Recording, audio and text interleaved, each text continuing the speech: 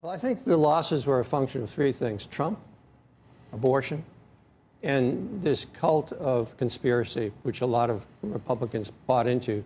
And people went to the polls, and they didn't vote the economy, they voted people. And as a result, a lot of Republicans lost who shouldn't have been running to begin with. And I think this hurts Trump fundamentally. I would be very surprised if Trump were the Republican nominee in 2024. And he won't be the Republican nominee in 2024. This is going to be a very open field on the Republican side. I suspect it is on the Democratic side, too. I know the president says he's going to run for re-election, but he has to do that to avoid being a lame duck. He's not going to run for re-election. You don't think he's going to run? Oh, I don't think there's any way he can run. Bill, you think?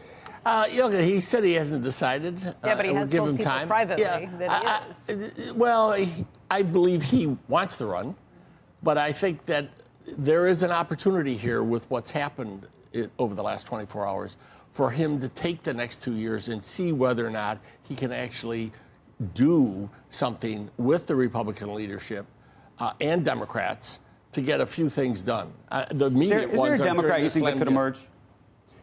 Oh, I think if the president absolutely. I think you've got a handful. I think you've got Whitmer. I think you've got Newsom. I think Murphy will take a look at it. I think you'll see Buttigieg. That's everybody pushes him. People love him. He's going to have to leave the cabinet real quick then to do that. I don't. You know who people like? The new governor overnight of Pennsylvania. Yes, they like him a lot. Yep. I don't think it's be Trump or Biden. I think the American people are going to get their wish. I really do. Can I ask? Trump's had 9 lives. I think last night was, I don't know. I'm with Judd on that. Don't you think? Absolutely. I think that this a big loser. MAGA's 35%, Judd. 35%. You're not going to win an election with 35% unless we become Italy with like 8 different. Well, the problem is you win primaries with 35%. Yeah, right. So what happened was people, like in New Hampshire, we nominated 2 people who couldn't win in seats that we should have won. But you had to still fear.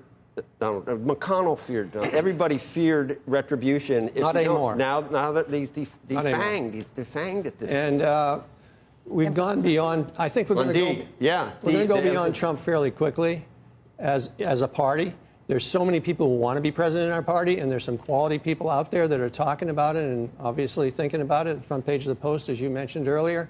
But there are a lot more than just DeSantis. The Republican establishment may feel like they can throw off the yoke of MAGA and Donald Trump, but there's still a base. There's a very big base of populism in our party, as there is in the Democratic Party, which is socialist, basically.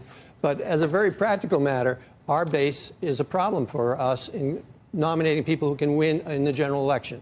And I think that's become very obvious to everyone. And so I think this mutes the intensity of the conspiracy theory in our base. This goes back to what Barry was talking about the other day. He said, I think people are going to vote based on the economy, but I wish and hope they vote based on character. You're saying you think they voted on character. That's exactly what happened. I look at what happened in New Hampshire. Our governor just rolled up a huge margin on character.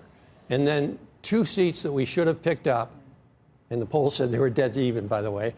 We lost by fairly large numbers, and it was purely a vote on character. And, people are upset about this economy. They're very upset about the economy. But people are more upset about the way the government functions in Washington. They're really disgusted with the way the government functions in Washington. But let's get back to that point, though, because every time a party wins, no matter how big or slight the margin is, they take that as a mandate that their entire platform needs to run, that they can run as far right or as far left as they think, and pass all kinds of things that tick off everybody. No party won this time. No. But I do think that when you look at the problem for both parties is they can't lose their base in a general election. Romney didn't get the MAGA voters in 12, even though lots of people thought after 10, when the Republicans got 60-some seats in the House, that Obama was in deep trouble in 12 and Romney was going to beat him. But he didn't get his base. He didn't get the MAGA voters. They've got to hold those as the Democrats have to hold the progressives. Not an easy thing to do.